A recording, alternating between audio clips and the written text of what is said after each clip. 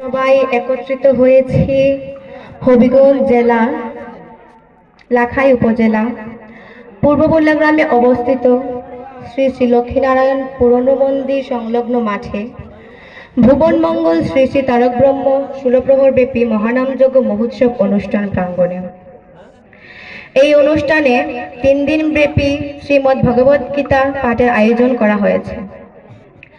আপনারা যারা বহু দূর দূরান্ত থেকে এই অপ্রাকৃত কথা শ্রবণ করতে এসেছেন, আপনাদের প্রত্যেকের রাতুল রাঙা চরণে আমি অভাজন বৈষ্ণব জ্ঞানে দণ্ডবোধ প্রণাম নিবেদন করছি।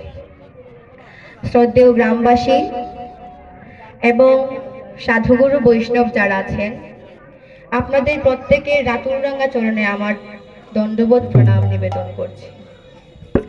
আমি কৃতজ্ঞতা জ্ঞাপন করছি যারা 31 বছর ধরে এই আনন্দময় অনুষ্ঠানটির আয়োজন করে আসছেন। যারা এই অনুষ্ঠানটির আয়োজন করেছেন, আপনাদের প্রত্যেকের চরণে আমার প্রণাম নিবেদন করছি। আমাদের এই পূর্ববুল্লা গ্রামের সনাতনী গীতা সংঘের পরিচালক বৃন্দ ও সদস্যবৃন্দ যারা আছেন, আপনাদের প্রত্যেকের চরণে আমার সশ্রদ্ধ প্রণতি নিবেদন করছি। বিশেষ করে যাদের ধর্মীয় শিক্ষায় আমি আজ এই বেশাসনে বসার সুযোগ পেয়েছি, আমার গীতা নিকেতনের সকল শিক্ষাগুরু বৃন্দ, আপনাদের প্রত্যেকের রাতুল চরণে আমার শতকোটি প্রণাম নিবেদন করছি।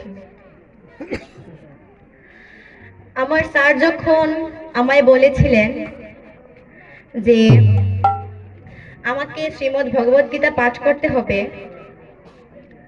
তখন আমি আমার স্যারকে জিজ্ঞাসা করেছিলাম যে স্যার, আমি যে ওখানে গিয়ে শ্রীমদ্ ভগবদ গীতা পাঠ করব, আমার তো সেই রকম জ্ঞান এখনো হয়নি। তখন আমার স্যার বলছেন, Fortune favours the brave, Almighty supreme being Krishna wishes. অর্থাৎ আমি বুঝতে পারলাম যে আমার স্যার বলছেন ভাগ্য সবসময় সাহসীদের পক্ষে থাকে যদি ভগবানের কৃপা হয়।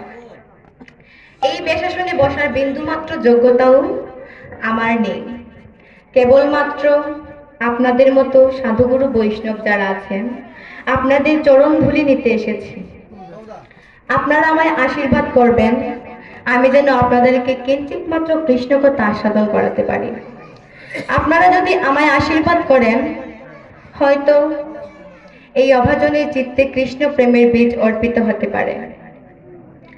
আজকে এই শ্রীমদ্ ভগবদ গীতার শ্রবণ করানোর ক্ষেত্রে আমার অনেক ভুল ত্রুটি হতে পারে। আপনারা নিজেদের সন্তান মনে করে, ছোট বোন মনে করে আমার সেই ভুল ত্রুটিগুলো ক্ষমা সুন্দর দৃষ্টিতে দেখবেন। আজকের এই তৃতীয় রজনীতে আমরা শ্রীমদ্ ভগবদ গীতার আলোকে কৃষ্ণ কথা আলোচনা করব।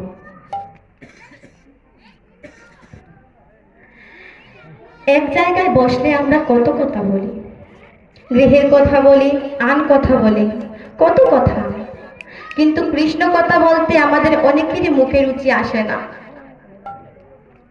মা আনন্দময়ী বলেছেন, কৃষ্ণ কথাই কেবল কথা, বাকি সব কিছু বৃথা আর ব্যথা প্রদান করে আমাদেরকে।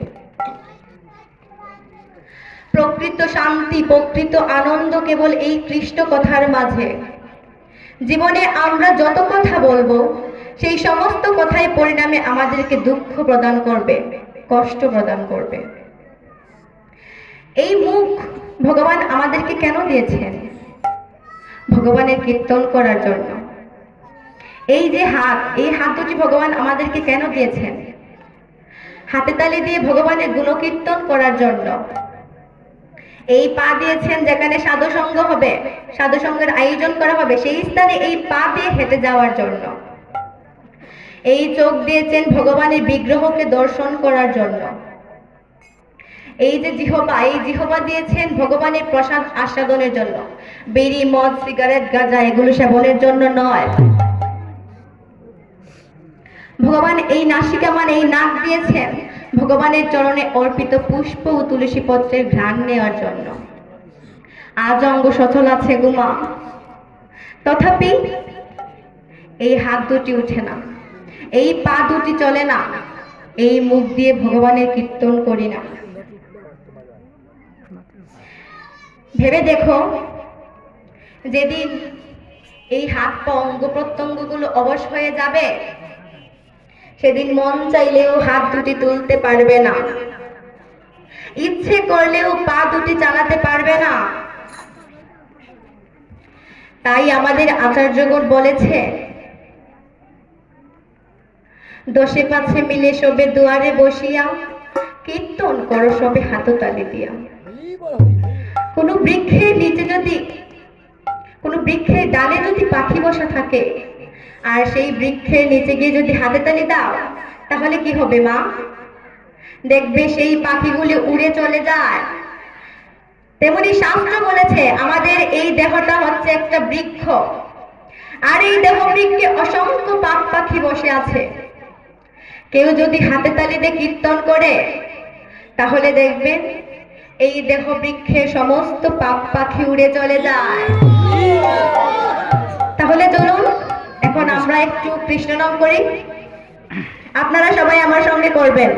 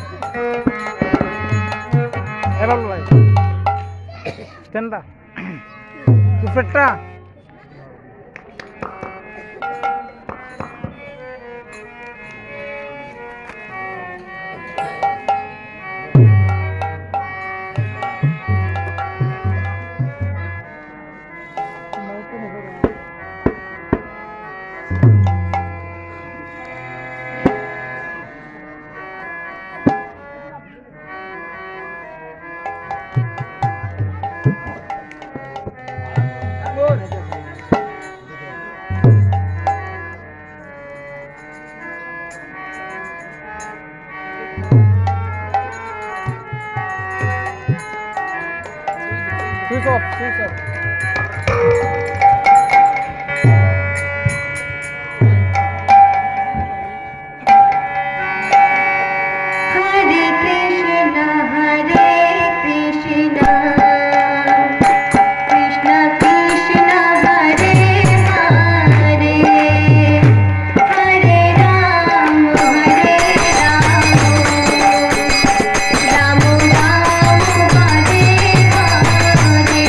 Hare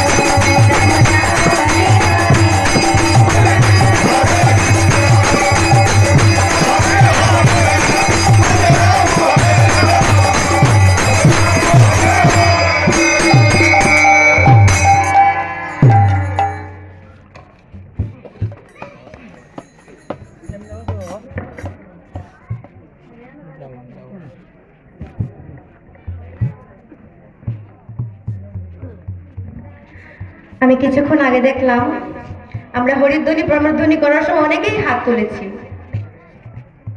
কিন্তু কেন তুলি? হাত না তুললে কি হয়? কতটুকু তুলতে হয়? এই তত্ত্বগুলো কি আমরা জানি? বেশিরভাগই আমরা এই তত্ত্বগুলো জানি না, কিন্তু এই তথ্যগুলো জানতে হবে। রেলওয়ে স্টেশনের পাশে গিয়ে দাঁড়িয়ে দেখো, কত লোকেরই হাত নেই, পা নেই, চোখে দেখতে পায় না। তাহলে আমরা নিশ্চয়ই তাদের থেকে ভালো আছি। ভগবান তো আমাদের এই দুটি হাত দিয়েছেন, দুটি পা সচল আছে, আমরা চোখে দেখতে পাচ্ছি। তাহলে আমাদের কি উচিত নয় ভগবানের কাছে আত্মসমর্পণ করা, ভগবানের কাছে কৃতজ্ঞতা জ্ঞাপন করা? ভগবানের কাছে কৃতজ্ঞতা জ্ঞাপন করতে হবে। এই দুটি হাত তোলার অর্থ হচ্ছে ভগবানের কাছে আত্মসমর্পণ করা। এবার তুমি কতটুকু হাত তুলবে? অনেকেই দেখেছি এইভাবে হাত তোলেন, বিশেষ করে মায়েরা দেখেছি এইভাবে হাত তোলেন। হবে না মা, এইভাবে হাত তুললে হবে না। হাত তুলতে হবে সম্পূর্ণভাবে ভগবানের কাছে আত্মসমর্পণ করতে হবে। কুরুক্ষেত্রের রাজসভাতে দ্রৌপদী এক হাতে ভগবানকে ডেকেছিলেন। দুঃশাসন যখন দ্রৌপদীর বস্ত্র ধরে টানছে, তখন তিনি এক হাতে নিজের বস্ত্র সামলাচ্ছেন আর এক হাতে গোবিন্দকে ডাকছেন, বলছেন, হে সখা, কোথায় তুমি? কৃপা করে সদয় হো আমার প্রতি, তুমি আমার সম্মানকে রক্ষা করো। আকুল হয়ে ডাকছে গো, কিন্তু গোবিন্দ তো তাকে প্রথম দিকে কৃপা করছেন না। রুক্মিণী ভগবানের তিন মহিষীর মধ্যে একজন। সেই রুক্মিণী তখন গোবিন্দকে বলছেন, হে গোবিন্দ, আপনি যাকে সখী বলে ডাকেন, যে আপনার সখ্য প্রেমের ভক্ত, সে আজ সম্ভ্রম রক্ষার নিমিত্তে আপনার কাছে প্রার্থনা করছে, আপনি কেন তাকে কৃপা করছেন না? তখন গোবিন্দ বলছেন, আমি তো দ্রৌপদীকে কৃপা করতেই চাই, দ্রৌপদী তো আমার কৃপা নিতে চায় না। কেউ যদি নিজের বলে কিছু রাখে আর কিছু আমাকে দেয়, আমি কখনোই তাকে কৃপা করি না। দ্রৌপদীর তো আমার প্রতি পূর্ণরূপে বিশ্বাসী নেই। দ্রৌপদীর যদি পূর্ণরূপে বিশ্বাস থাকে তো সে তো দুহাত তুলে আমাকে ডাকতে পারত। সে এক হাতে নিজের কাপড় সামলাচ্ছে, আরেক হাতে আমাকে ডাকছে। কেউ যদি নিজের বলে কিছু রাখে আর কিছু আমাকে দেয়, আমি কখনোই তাকে কৃপা করি না। পূর্ণভাবে যদি গোবিন্দর কাছে আত্মসমর্পণ না করো, তাহলে গোবিন্দ কৃপা করবেন না। নিজের বলে যদি কিছু রাখো আর যদি কিছু গোবিন্দকে দাও, তাহলে হবে না।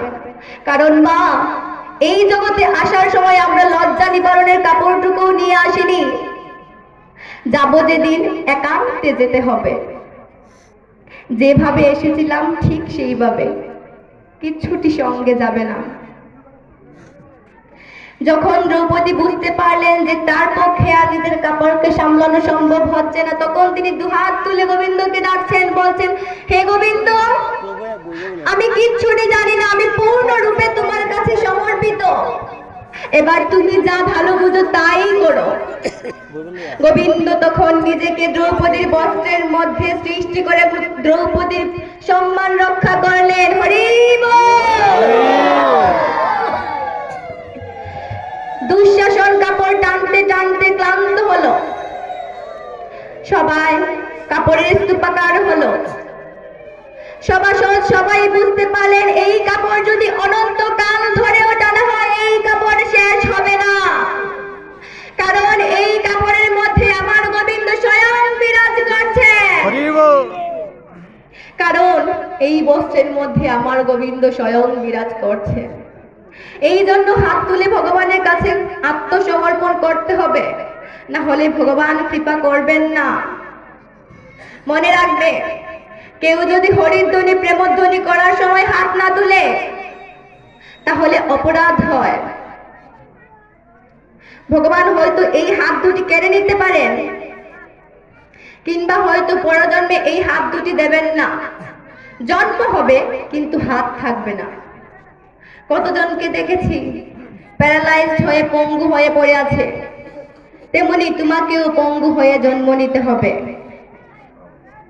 এই যে আপনারা পঞ্চতত্ত্বের চিত্রপট বসিয়েছেন, সেখানে মহাপ্রভু কিভাবে হাত তুলে আছেন, নিত্যানন্দ প্রভু, গদাধর প্রভু কিভাবে হাত তুলে আছেন। পঞ্চতত্ত্বের মধ্যে কিন্তু তিনজনই একইভাবে হাত তুলে আছেন। স্বয়ং ভগবান মহাপ্রভু তিনি নিজে আচরণ করে জগৎকে শিক্ষা দিচ্ছেন। অনন্তকাল ধরে দুহাত তুলে দাঁড়িয়ে আছেন। তিনি দুহাত তুলে ডাকছেন, বলছেন, ওরে ওরে কলিহত জীব, একটিবার মদন বলে বল হরি বল, আমি পার ঘাটার মাঝি হব। মহাপ্রভু বলছেন উনি পার ঘাটার মাঝি হবেন। এই সঙ্গে শ্রীমদ্ ভগবদ গীতার অষ্টম অধ্যায় অক্ষর ব্রহ্মযুগের পঞ্চমতম শ্লোকে ভগবান বলেছেন, ভগবান উপাচ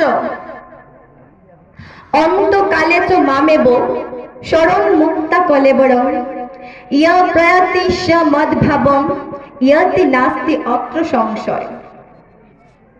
ভগবান বলেছেন, মৃত্যুর সময় যিনি আমাকে স্মরণ করে দেহত্যাগ করেন তিনি তৎক্ষণাৎ আমার ভাবে প্রাপ্ত হন, এই বিষয়ে কোনো সন্দেহ নেই। এই শ্লোকে কৃষ্ণ ভাবনামৃতের গুরুত্ব আরোপ করা হয়েছে।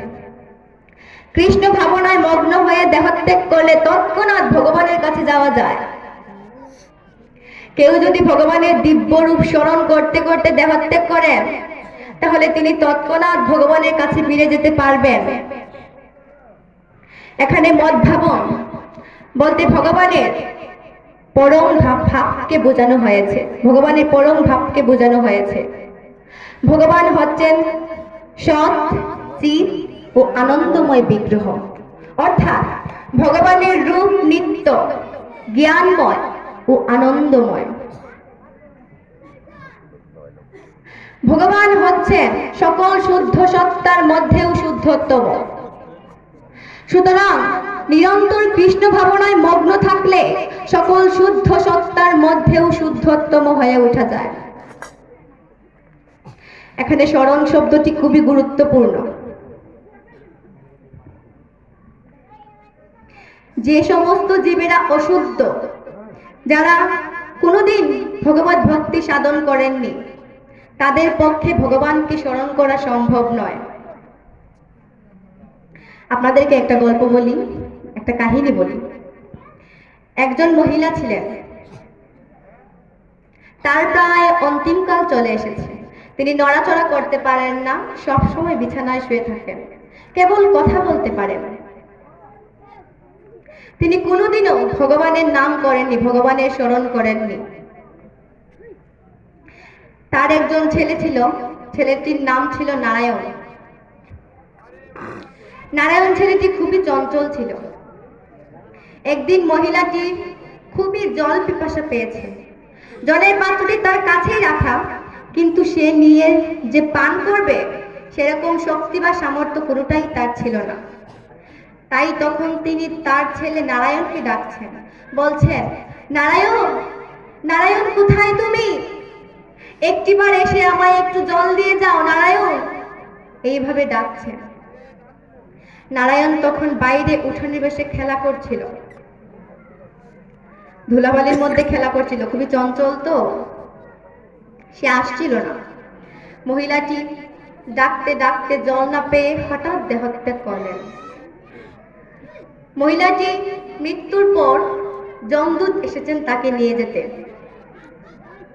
যমদূত যখন তাকে নিয়ে যাচ্ছেন তখন ওই স্থানে দেবদূত এসে উপস্থিত হলেন। দেবদূত যখন যমদূতকে বলছেন, ওই মহিলা আপনার সঙ্গে যাবে না, উনি আপনার সঙ্গে নরকে যাবে না। তখন যমদূত বলছে, কেন যাবে না? এ তো পাপী, এ কোনোদিন ভগবানের নাম করেননি, উনি তো পাপী। তখন দেবদূত বলছে, উনি কোনোদিনও হয়তো ভগবানের নাম করেননি, কিন্তু মৃত্যুর পূর্বে উনি ভগবানকে ডেকেছিলেন, ওই যে নারায়ণ নারায়ণ বলে ডাকছিলেন, তাই উনি আমার সঙ্গে ভগবানের কাছে বৈকুণ্ঠে যাবেন। আমরা যদি সবসময় ভগবানের নাম করি, ভগবানের গুণকীর্তন করি, তাহলে আমরাও ভগবানের কাছে যেতে পারবো। এরই সঙ্গে ভগবান শ্রীকৃষ্ণ অষ্টম অধ্যায় অক্ষর ব্রহ্মযুগে ৬ষ্ঠতম শ্লোকে বলেছেন, ইয়ং ইয়ং বাপিশ্বরং তেজ তন্তে কলেবরং তং তমে বৈতি কন্তীয় সদা তদ্ভাব ভাবিত। ইয়ং ইয়ং বাপিশ্বরং তেজ তন্তে কলেবরং তং তমে বৈতি কন্তীয় সদা তদ্ভাব ভাবিত। যিনি যে ভাব স্মরণ করে দেহত্যাগ করেন, তিনি সেইভাবে ভাবিত তত্ত্বকেই লাভ করেন। কেউ যদি মৃত্যুর সময় ভগবানকে স্মরণ করে দেহত্যাগ করে, তাহলে তিনি ভগবানের পরা প্রকৃতি অর্জন করে। আর যদি কেউ ভগবানবিহীন অন্য কিছু চিন্তা করে, তাহলে সে ভগবানকে প্রাপ্ত হয় না, ভগবানের কাছে যেতে পারে না। আপনি যদি মৃত্যুর সময় সংসারের চিন্তা করেন, ছেলের চিন্তা করেন, পশু পাখির চিন্তা করেন, তাহলে আপনার মৃত্যুর পর সেই শরীরে প্রাপ্ত হবে। আপনাদেরকে একটা মজার গল্প বলি।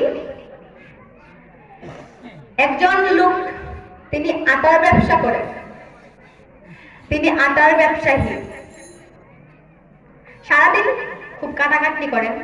তাই তিনি দুপুরবেলা বাড়িতে এসেছেন রেস্ট করতে, তিনি ঘুমোচ্ছেন। ঘুমের মধ্যে তিনি নাক ডেকে ডেকে বলছেন, 10 কেজি আটা দে, 10 কেজি আটা দে। দেখুন কি অবস্থা। আপনারা কি কিছু বুঝলেন? কেউ কিছু বুঝলেন? সারাদিন আটা আটা করতে করতে ওই লোকটার মন হয়ে উঠেছে আটা ভাবনাময়। তাই সে ঘুমের ঘুরে বলছে 10 কেজি আটা দে। কি অবস্থা। আপনি যদি সারা জীবন আটার বস্তার কথা চিন্তা করেন, তাহলে কি মৃত্যুর সময় আপনার ভগবানের চিন্তা আসবে? আসবে না। মৃত্যুর সময় আপনি আটার বস্তার কথা চিন্তা করবেন না, ভগবানের কথা চিন্তা করবেন। এই যে একজন মহান ব্যক্তি হয়েও কিন্তু মহারাজ ভরত হরিণের চিন্তা করেছিলেন মৃত্যুর পূর্বে, তাই তিনি পরবর্তী জন্মে হরিণ শরীর প্রাপ্ত হয়েছিলেন। রাজা পুরঞ্জন মৃত্যুর সময় নারীর চিন্তা করতে করতে পরজন্মে নারী রূপ পেয়েছিলেন। তাই সব সময় সংসার নিয়ে ব্যস্ত থাকলে হবে না, ভগবানকেও কিছুটা সময় দিতে হবে, ভগবানের জন্য সময় রাখতে হবে। এজন্যই দেহ থাকিতে সবল হরে কৃষ্ণ নাম বল, দেহ অবশ হইলে লইতে পারবে না। সংসারে যতদিন খাটতে পারবে বাবা, সবাই তোমায় ভালোবাসবে। যতদিন করে জন ধন উপার্জন, ততদিন বসে থাকে নিজ পরিজন। পরে যখন দেহ জীর্ণ হয়ে বৃদ্ধ হবে, তখন কেউ তোমায় ডেকেও জিজ্ঞাসা করবে না বাবা। যে সন্তান তাকে নিজে না খেয়ে আহার করা, রাস্তায় দাঁড়িয়ে থাকেন যে কখন আমার ছেলেটা আসবে। 3 দিন বিছানায় পড়ে দেখো মা, 4 দিন পরে তোমার ওই আদরের ছেলেটাই বলবে জঞ্জাল মরলে বাঁচি, বলবে জঞ্জাল মরলে বাঁচি। একজন বৃদ্ধ মহিলার 3 ছেলে, ছোটবেলায় তাদের বাবা মারা যায়। মহিলাটি খুবই কষ্ট করে লোকের বাড়ি কাজ করে করে সংসার চালায়, নিজের ছেলেদেরকে লেখাপড়া শেখায়। এইভাবে কাটতে কাটতে ছেলেরা বড় হলো, চাকরি বাকরি করলো, বিয়ে করলো। বিয়ে করার পর তাদের শাশুড়ি বৌমার রোজগার ঝামেলা তারা সহ্য করতে পারছিল না। তাদের মা তাদের কাছে হয়ে উঠেছে বুঝা। দেখুন, মা কিনা হয়ে উঠেছে বুঝা। হ্যাঁ, তাই তারা কি করলো, তাদের মাকে বৃদ্ধাশ্রমে পাঠিয়ে দিল। আপনি যাকে ছোটবেলা থেকে কষ্ট করে মানুষ করেছেন, সেই ছেলে আপনার বৃদ্ধাশ্রমে পাঠিয়ে দিল। কি অবস্থা! এইভাবে অনেক 10টা বছর কেটে যাওয়ার পর হঠাৎ মহিলা একদিন বৃদ্ধাশ্রমের কর্তৃপক্ষের কাছে গিয়ে বলে যে আপনারা আমার ছেলেদেরকে এখানে আসতে বলুন, আমি তাদেরকে দেখতে চাই। তখন কর্তৃপক্ষ তার ছেলেদেরকে খবর দিল, বলল তাদেরকে এখানে আসতে। তার ছেলেরা আস্তে আস্তে গাড়িতে বৃদ্ধাশ্রমে যেতে যেতে একজন আরেকজনকে বলছে, কি হলো বলো তো, এতগুলো দিন হয়ে গেল, 10টা বছর কেটে গেল, মা কখনো আমাদেরকে বৃদ্ধাশ্রমে যেতে বলেননি, আজ হঠাৎ কি হলো? ছেলেরা মনে মনে ভাবছে। যখন তারা বৃদ্ধাশ্রমে গেল তখন তাদের মা তাদেরকে দেখে খুবই খুশি হলো, তাদেরকে আদর সোহাগ করলো। তিনি তাদের ছেলেকে বলছেন, আমার তোমাদের কাছে একটা জিনিস চাওয়ার আছে। তখন ছেলেরা বলছে, কি মা? মা বলছে, এই বৃদ্ধাশ্রমে একটা ফ্যান লাগিয়ে দিও। ছেলেরা বলছে, এতগুলো বছর কেটে গেল, তোমার ফ্যানের প্রয়োজন হয়নি, এখন তোমার অন্তিমকাল চলে এসেছে, এখন তুমি ফ্যান দিয়ে কি করবে? তখন মা বলছে, আমি এতগুলো বছর গরমের তাপ সহ্য করে খুবই কষ্ট করে না হয় থেকেছি, কিন্তু তোমরা তো আমার সন্তান, আরো 10 বছর পর যখন তোমাদের সন্তানরা তোমাদেরকে বৃদ্ধাশ্রমে পাঠাবে তখন তো তোমাদের কষ্ট হবে, তখন তো তোমাদের কষ্ট হবে, তোমাদের কষ্ট আমি সহ্য করতে পারবো না, তাই বলছি এখানে একটা ফ্যান লাগাও। দেখুন মায়ের কি ভালোবাসা। হ্যাঁ, পুত্র যদি কুপুত্র হয় মায়ে নাহি ফেলে, নানা দোষ রাখিয়া গোপন মায়ে তো বুঝে পালে। পুত্র কুপুত্র হতে পারে, মা কখনো কুমাতা হতে পারেন না। আপনারা সংসার নিয়ে মগ্ন হয়ে আছেন, ছেলে সন্তান নিয়ে মগ্ন হয়ে আছেন, যে সন্তানকে এতটা ভালোবাসেন সেই আপনাকে বৃদ্ধাশ্রমে পাঠিয়ে দেয়। কেউ স্বার্থ ছাড়া ভালোবাসে না গো মা, কেউ স্বার্থ ছাড়া ভালোবাসে না, সবাই স্বার্থপর। একেশে পাকিবে দন্ত নড়িবে, সম্বল হইবে মোর লাথি, সেদিন পুত্র পরিজন সকলেই বলবে এই জঞ্জাল মরলে বাঁচি। একদিন চুল পাকবে, দাঁত নড়বে, লাঠি ছাড়া যেদিন হাঁটতে পারবে না, সেদিন পুত্র পরিজন সকলেই বলবে এই জঞ্জাল মরলে বাঁচি। যতদিন খাটতে পারবে, একটা দৈহিক শ্রম হোক বা অর্থ দেয়া হোক, সবাই তোমায় ভালোবাসবে। পরে যখন শরীর অচল হয়ে যাবে, কেউ তোমায় ভালোবাসবে না, কেউ তোমায় ভালোবাসবে না। এজন্যই আমাদের আচার্যগণ একটা চমৎকার গল্প বলেছেন। এক ধনাঢ্য ব্যক্তির 3 ছেলে, একজন ডাক্তার, একজন ইঞ্জিনিয়ার আর একজন কলেজের লেকচারার। সেই ব্যক্তির অহংকারে মাটিতে পা স্পর্শ করে না, সে খুবই গর্ববোধ করে তার একজন ছেলে ডাক্তার, একজন ইঞ্জিনিয়ার আর একজন কলেজের লেকচারার। সে পথে ঘাটে মাঠে প্রান্তরে যাকেই পায় তাকেই বলে, তোমার ছেলে কয়জন গো? কেউ বলে যে 2 ছেলে 1 মেয়ে, আবার কেউ বলে 2 মেয়ে 1 ছেলে। তখন ধনাঢ্য ব্যক্তি বলে, ও মানুষ করতে পারোনি, আমাকে দেখো, আমার 3 ছেলে, একজন ডাক্তার, একজন ইঞ্জিনিয়ার আর একজন কলেজের লেকচারার। আমি আমার ছেলেদেরকে মানুষ করেছি। শাস্ত্র বলেছে প্রাতিষ্ঠানিক শিক্ষা কখনো কাউকে মানুষ করতে পারে না। যদি মানুষ করতে পারত, ভারতের বৃদ্ধাশ্রমগুলোকে একবার প্রদর্শন করে আসুন। ভারতের বৃদ্ধাশ্রমগুলো ঘুরে একটা রিপোর্ট বের হয়েছে। ভারতের বিভিন্ন রাষ্ট্রের যে বৃদ্ধাশ্রমগুলোতে বৃদ্ধ পিতামাতা আছেন, তাদের প্রায় 75% ছেলেরা কিন্তু, সন্তানরা কিন্তু উচ্চ শিক্ষিত, স্কলারশিপ প্রাপ্ত। তুমি যদি তোমার ছেলেকে মানুষ করতে পারতে, তাহলে তোমার স্থান কেন বৃদ্ধাশ্রমে হলো? কেন বৃদ্ধাশ্রমে তোমাকে থাকতে হবে? সেই ধনাঢ্য ব্যক্তি সবাইকে বলে বেড়াচ্ছে। একদিন তার সঙ্গে এক সাধুর সাক্ষাৎ হয়। কথা প্রসঙ্গে সে তার ছেলেদের গুণকীর্তন করতে শুরু করে, গুণগান করতে শুরু করে। সাধু মহাত্মন তাকে প্রশ্ন করছেন যে আপনি তো বলছেন যে আপনি আপনার ছেলেদেরকে মানুষ করেছেন, আপনি একজন গর্বিত পিতা। আপনি কি জানেন আপনার ছেলেরা আপনাকে কতটা ভালোবাসে? সেই ধনাঢ্য ব্যক্তি বলছে, আকাশ ছোঁয়া ভালোবাসা, সেই ভালোবাসার কোনো পরিমাপ হয় না। তখন সাধু মহাত্মন বলছেন, আপনি একবার আপনার ছেলেদেরকে গিয়ে জিজ্ঞাসা করুন যে আপনার মৃত্যুর পর তারা কি করবে।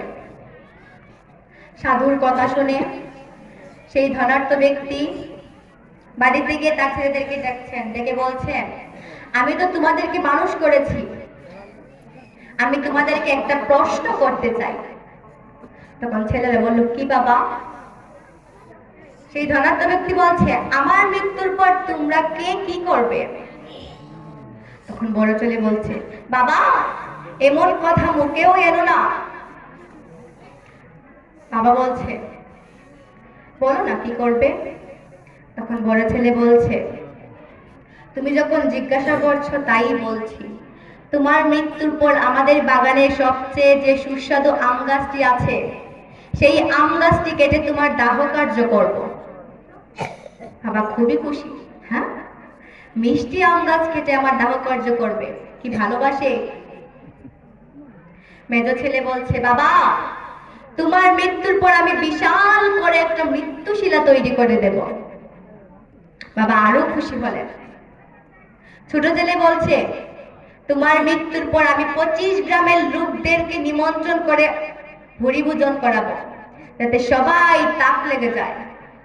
সবাই যেন মনে রাখে ডাক্তার, ইঞ্জিনিয়ার, লেকচারারের বাবার শ্রাদ্ধে অনেকটা খাওয়ান খাওয়াইছিল রে বাবা, রে বাবা।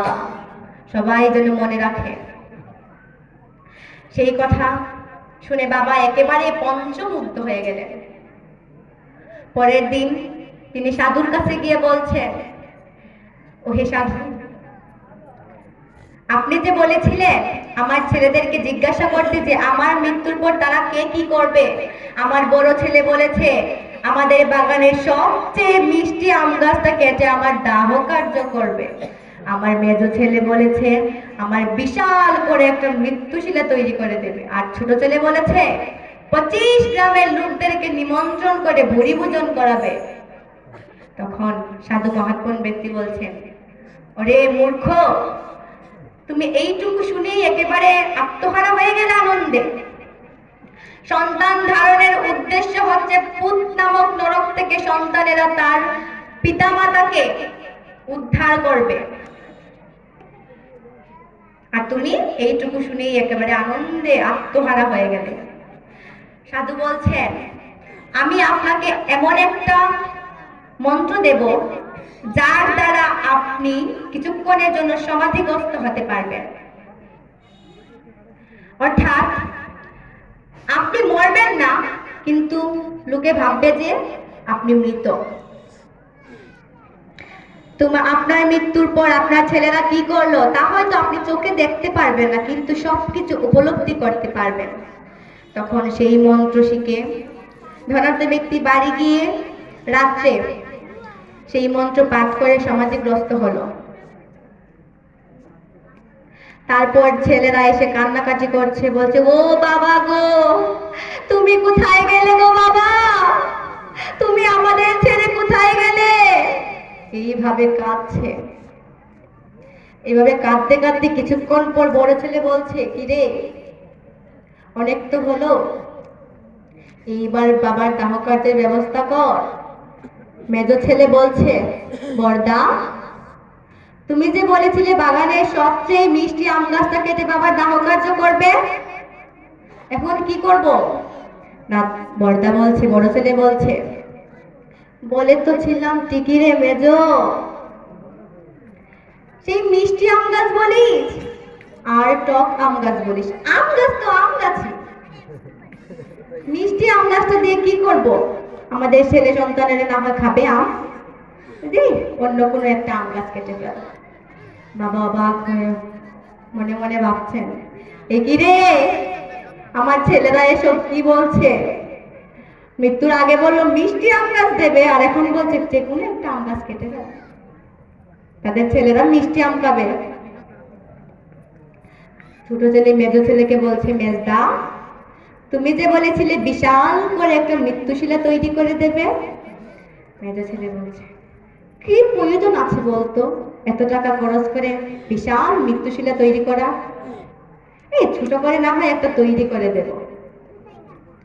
ছোট ছেলে বলছে, আমারই বা কি প্রয়োজন আছে 25 গ্রামের লোকদেরকে নিমন্ত্রণ করে খাওয়াবো? এই রাস্তা থেকে 2-1 জনকে নিমন্ত্রণ করে খাইয়ে দেব। বাবা একেবারে অবাক হয়ে গেলেন, বলছেন, এই আমি আমার ছেলেদেরকে মানুষ করেছি? এরা মৃত্যুর আগে বলছে এক কথা আর এখন বলছে আরেক কথা। বাবা খুবই কষ্ট পেলেন।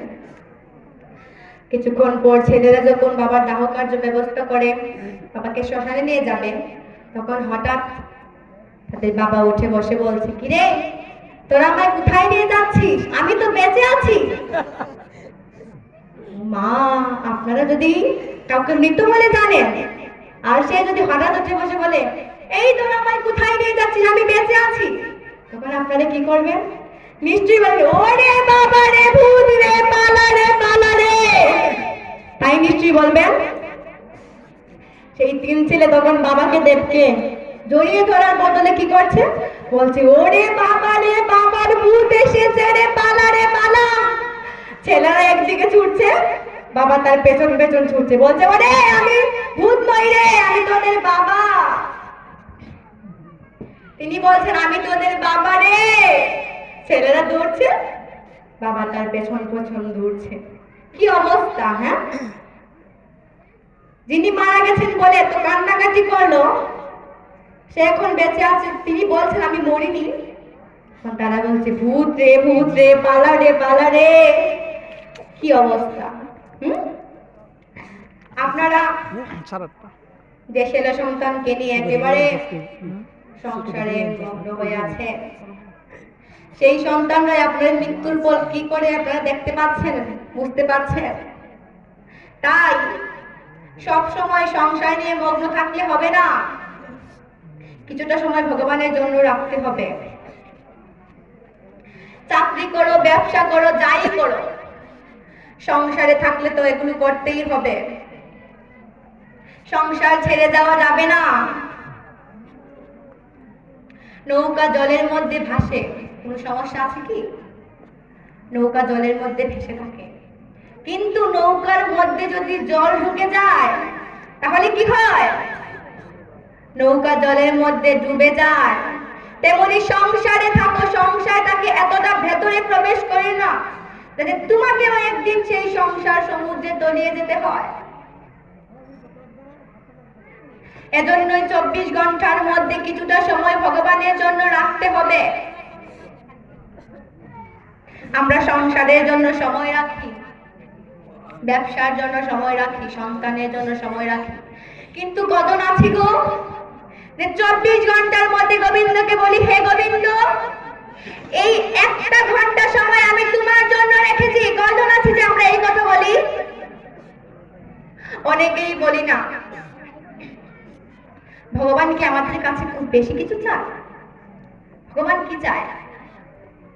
ভগবান বলেছে, একটা ফল, ফুল, জল আর তুলসী পত্র পেলেই আমি সন্তুষ্ট। কিন্তু এই সব কিছুই বৃথা হয়ে যায় যদি এগুলোর মধ্যে ভক্তি, প্রেম, ভালোবাসা না থাকে। আপনারা নিশ্চয়ই জানেন, দেবর্ষি নারদ যে ভগবানকে প্রশ্ন করেছিলেন। তিনি বলেছিলেন, হে প্রভু, আপনি যে বললে একটা ফুল, একটা ফল, জল আর একটা তুলসী পত্র পেলেই আপনি সন্তুষ্ট, আপনার আর কিছুরই প্রয়োজন হয় না? মনে করুন যে এমন একটা জায়গায় গেলাম যেখানে কোনো ফুল নেই, গাছে কোনো ফুল ফোটেনি, তখন কি করে তোমার সেবা করব প্রভু? তখন ভগবান বলছেন, ও হে দেবর্ষি নারদ, তুমি এমন একটা জায়গায় গেলে যেখানে কোনো ফুল নেই, ফুল পেলে না, তখন আর কি করবে? একটা ফল, একটু জল আর একটা তুলসী পত্রই আমাকে দিও, কিন্তু মনে রাখবে সেগুলোর মধ্যে হৃদয়ের একটু প্রেম, একটু ভালোবাসা, একটু ভক্তি মিশিয়ে দিও। নারদ অবাক হলেন, আপনাকে ফুল না দিলেও চলবে প্রভু, একটু প্রেম, একটু ভালোবাসা মিশিয়ে দিলে? নারদ বলছেন, আচ্ছা প্রভু, মনে করুন এমন একটা জায়গায় গেলাম যেখানে যাওয়ার পর দেখা গেল ভক্তের কোনো সামর্থ্য নেই, ফল যে কিনবে সেরকম কোনো সামর্থ্যই ভক্তের নেই, তাহলে সে কি করে তোমার সেবা দিবে? তখন ভগবান বলছে, দেবর্ষি, তুমি আমায় পরীক্ষা করতে চাইছো? ভক্তের যদি কোনো সামর্থ্য না থাকে ফল কেনা, তাহলেও আমি তাকে কৃপা করব। একটু জল আর একটু তুলসী পত্রই আমাকে নিবেদন করো। দেবর্ষি একেবারে অবাক হয়ে গেলেন, বলছেন, প্রভু, আপনি এতটা প্রেমের কাঙ্গাল, এতটা ভক্তির কাঙ্গাল, আপনাকে ফল ফুল না দিলেও চলবে? তখন দেবর্ষি নারদ বলছেন, হে প্রভু, মনে করুন এমন একটা জায়গায় গেলাম যেখানে যাওয়ার পর দেখা গেল যে কোনো তুলসী পত্র নেই, কোনো পত্রই পেলাম না, তখন কি করে তোমার সেবা করব? তখন ভগবান মৃদু মৃদু হেসে বলছেন, দেবর্ষি, তুমি এমন একটা জায়গায় গেলে যেখানে কোনো তুলসী পত্র নেই, তাহলে ভক্তদেরকে বলো আমায় একটু জল নিবেদন করতে।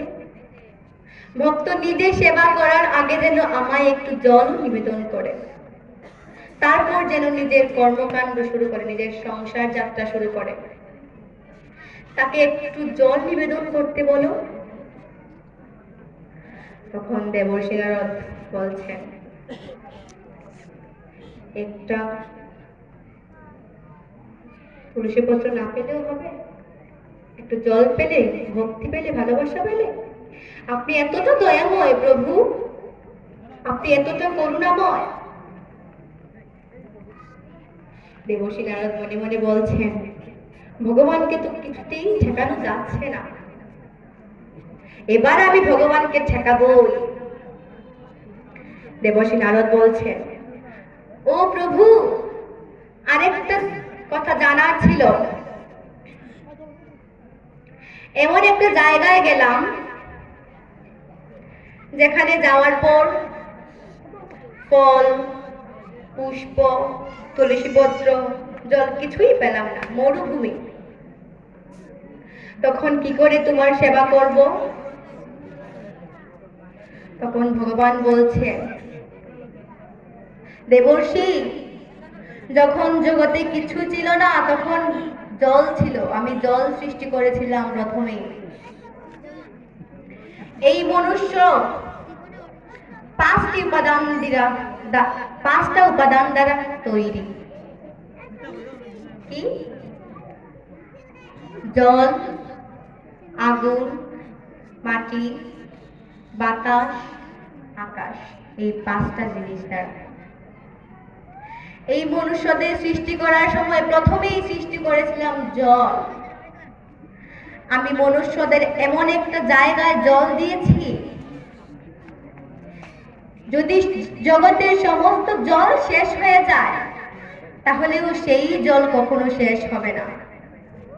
দেবর্ষি নারদ বলছেন, কোথায় প্রভু? তখন ভগবান বলছেন, মনুষ্যদের এই দুটি নয়নে আমি জল রেখে দিয়েছি, তুমি এমন একটা জায়গায় গেলে যে ফল ফুল তুলসী পত্র কিছুই পেলে না। তখন কোনো ভক্ত যদি হে গোবিন্দ প্রাণ গোবিন্দ বলে 2 ফোঁটা নয়নের জল আমার চরণে অর্পণ করে, আমি তাতেই সন্তুষ্ট। এটাই সবচেয়ে বড় উপহার, আর কিচ্ছুর প্রয়োজন হয় না। দেখুন তো, ভগবান 2 ফোঁটা জল পেলে সন্তুষ্ট। প্রেম ভক্তি থাকতে হবে। আমরা কি ভগবানকে এইটুকু দিতে পারি না? ভগবানকে কি আমরা এইটুকু দিতে পারি না? ভগবান কি খুব বেশি কিছু চেয়ে ফেলেছে আমাদের কাছে? আমরা কলিগত জীব, মাতৃজঠরে ভগবানের কাছে কথা দিয়ে এসেছিলাম যে হে প্রভু, আমায় এই অন্ধকার থেকে আলোয় নিয়ে যাও, ওই স্থানে গিয়ে আমি তোমায় ছাড়া আর কাউকে ভজনা করব না, তোমার সব কথা মেনে চলবো। কিন্তু এই মায়ার সংসারে এসে আমরা সবকিছু ভুলে গেছি। আমরা সবকিছু ভুলে গেছি। ভুলে গেলে তো চলবে না মা। আমাদেরকে সব মনে রাখতে হবে, সব সময় ভগবানের গুণকীর্তন করতে হবে, ভগবানের নাম করতে হবে। তাহলেই তো মৃত্যুর সময় আমাদের ভগবানের চিন্তা আসবে, না হলে কি আসবে? আসবে না। তাই সব সময় ভগবানের সেবা করতে হবে, ভগবানের নাম জপ করতে হবে। তাহলে দেখবেন মৃত্যুর সময় আপনার ভগবানের চিন্তা আসবে, আপনি ভগবানের কাছে যেতে পারবেন। শ্রীমদ্ ভগবদ গীতার অমৃতময় কথা তো শেষই হতে চায় না, কিন্তু কিছুই করার নেই। আমরা যে সময়ের শৃঙ্খলে বাধা, তাই আজ এখানে শ্রীমদ্ ভগবদ গীতার আঙ্গিকে কৃষ্ণ কথা আলোচনা বিশ্রামটা আছে। বাবাজিরা এবং মাতাজিরা, আপনাদের কাছে আমার একটা ক্ষুদ্র অনুরোধ। আপনারা আপনাদের সন্তানদেরকে গীতা নিকেতনে পাঠাবেন। গীতা নিকেতনে পাঠানোর পর দেখবেন তাদের পরিবর্তন হয় কিনা, তাদের আচরণ কিরকম হয়। আজ আমি যতটুকু শিখতে পেরেছি ততটুকু এই গীতা নিকেতন থেকে শিখতে পেরেছি। গীতা নিকেতনে যারা আমাদের পাশে শ্রম দেয়, যারা আমাদেরকে শিক্ষা দেয়, আপনারা তাদের জন্য আশীর্বাদ করবেন। তারা যেন ভালো থাকে, তাদের জন্য মঙ্গল হয়, ভগবান যেন তাদের সুস্থ রাখে। আমি কৃতজ্ঞতা জানাচ্ছি একটি সংগঠনকে। সংগঠনটির নাম আমি অত্যন্ত গর্বের সহিত বলছি, পূর্ববল্লা সনাতনী গীতা সংঘ। এই গীতা সংঘ থেকেই গীতা নিকেতন সৃষ্টি হয়েছে।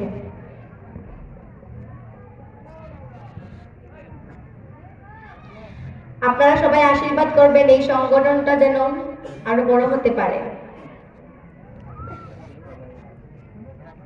শ্রী শ্রী গীতা মাহাত্ম্য। গীতাধ্যায়নশীলস্য প্রাণায়াম পরস্য চ নৈব সন্তি পাপানি পূর্বজন্ম কৃতানি চ। কেউ যদি আন্তরিকভাবে এবং অত্যন্ত গুরুত্ব সহকারে শ্রীমদ্ ভগবদ গীতা পাঠ করে, তাহলে ভগবানের কৃপায় তার অতীতের পাপ কর্মের ফল তাকে প্রভাবিত করে না। গীতা সুগীতা কর্তব্য কিমৌনৈ শাস্ত্র বিস্তরৈ ইয়া স্বয়ং পদ্মনাভস্য মুখপদ্মবিনিসৃতা। এই যে শ্রীমদ্ ভগবদ গীতা, এটা হচ্ছে পরম পুরুষোত্তম ভগবান শ্রীকৃষ্ণের মুখনিসৃত বাণী। এই শ্রীমদ্ ভগবদ গীতা পাঠ করলে আর অন্য কোনো বৈদিক সাহিত্য পড়ার প্রয়োজন হয় না। এই ভগবদ্গীতা পাঠ করলে আর অন্য কোনো বৈদিক সাহিত্য পাঠ করার প্রয়োজন হয় না।